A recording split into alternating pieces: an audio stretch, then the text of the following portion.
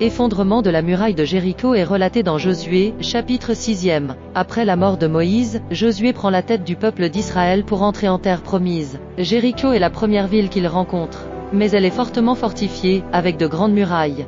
Dieu donne alors des instructions précises à Josué pour la prise de cette ville, en lui promettant la victoire.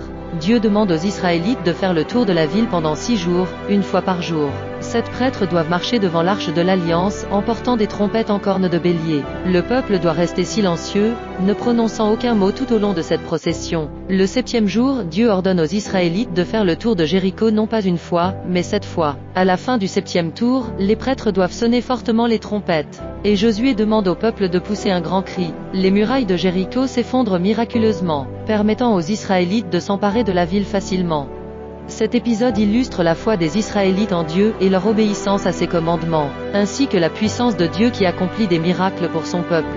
La chute de Jéricho marque aussi le début de la conquête de la terre promise par les Israélites, selon les promesses faites à Abraham. N'oubliez pas de vous abonner et de partager la vidéo pour ne pas manquer nos prochaines histoires bibliques.